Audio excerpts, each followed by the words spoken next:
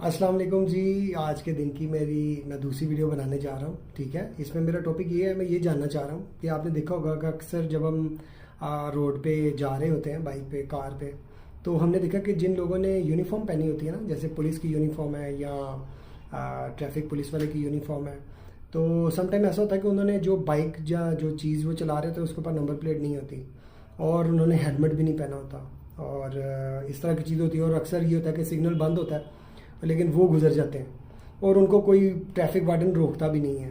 तो मैं ये जानना चाह रहा था, यहाँ मेरे यूट्यूब पे अगर कोई मेरा वकील है, कोई जानने वाला जो इसके ऊपर मुझे कानूनी रहनुमाई कर सके कि ऐसा क्यों होता है कि ये लोग भी कानून की पाबंदी क्यों नहीं करते उसी तरह। मुझे पता है सारे ऐसा नहीं करते, लेकिन जो पाबंदी नहीं करे वो क्यों नहीं करे और कानून इसके बारे में क्या कहता है। ट्रैफिक पुलिस वालों की इसको नेग्लिजेंस कहेंगे, क्या कहेंगे। थैंक यू, अपना ख्याल रखिएगा। अस्सलाम वालेकुम।